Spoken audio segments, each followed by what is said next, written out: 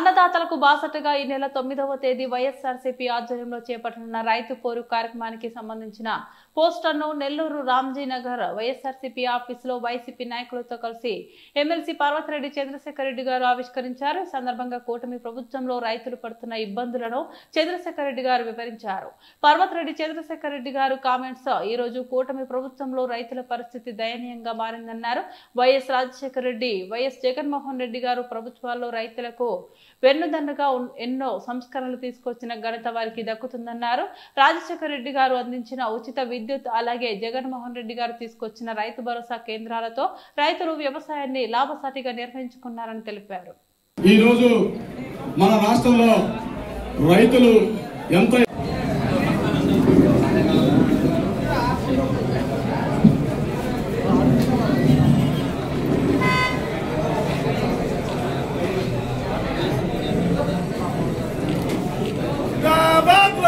Congress party जिंदाबाद YSR Congress party जिंदाबाद जय जय చంద్రశేఖర్ రెడ్డి గారి నాయకత్వం వర్ధిల్లాలి जिंदाबाद వైఎస్ఆర్ కాంగ్రెస్ పార్టీ जिंदाबाद చేయొస్తుంది వైఎస్ఆర్ కాంగ్రెస్ పార్టీ जिंदाबाद జై జగన్ అన్న కొంచెం ప్రభాకర్ అన్న కొంచెం వెనక్కి వచ్చి వీడియోకి ఎంత కావాలి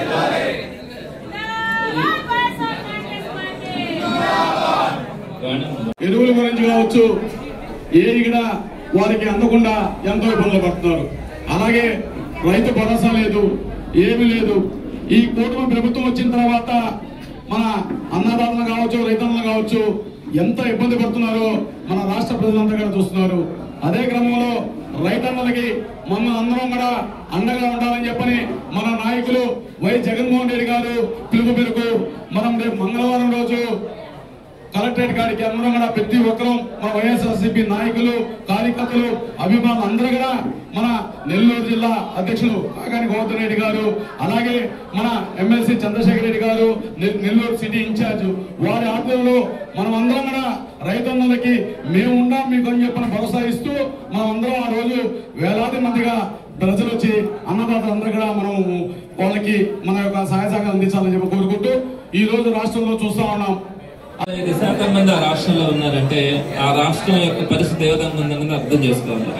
వైఎస్ రాజశేఖర రెడ్డి గారు కానీ, జగన్మోహన్ రెడ్డి గారు కానీ రైతులకు ఇచ్చినటువంటి ఆయన ఇచ్చినటువంటి ఉచిత కరెంటు కానీ, అలానే జగన్మోహన్ రెడ్డి గారు రైతు భరోసా కేంద్రాలు తీసుకొని వచ్చి విత్తనం దగ్గర నుంచి కూడా అమ్మకం దాకా ప్రతి ఒక్కటి కూడా రైతు భరోసా కేంద్రాల ద్వారా రైతులకు చేదోడు వాదోడుగా ఉండడం, అలానే రైతు భరోసా కింద ప్రతి సంవత్సరం 13,500 రూపాయలు రైతులకి సపోర్ట్గా ఇవ్వడం కానీ, ఇలా అనేకమైనటువంటి పథకాల ద్వారా రైతులను ఆదుకున్నటువంటి ప్రభుత్వం అటు రాజశేఖర రెడ్డి గారిది కానీ, జగన్మోహన్ రెడ్డి గారిది కానీ ఈ రెండు ప్రభుత్వాల్లో కూడా మనకు అది కనిపించింది స్పష్టంగా. అయితే చంద్రబాబు నాయుడు గారు ఎప్పుడున్నా కూడా గతంలో ఉన్నప్పుడు అనావృష్టి అతివృష్టితో రైతులంతా ఇబ్బంది పడితే ఈ రోజు బ్లాక్ మార్కెట్ లో యూరియాను అమ్ముకోవడం కానీ, కనీసం విత్తనాలు లేక, గిట్టుబాటు ధరలు లేక, ఎక్స్పోర్ట్స్ కానీ ఎట్లాంటి పరిస్థితుల్లో జరగక ఈ రోజు రైతులు తీవ్రంగా నష్టపోతా ఉన్నారు. ప్రతి ఎకరాకు కూడా సుమారుగా 20,000 రూపాయలు ఈ రోజు రైతు నష్టపోయే పరిస్థితి కనపడతా ఉంది. ఇట్లాంటి దుర్భరమైనటువంటి పరిస్థితి ఉంది.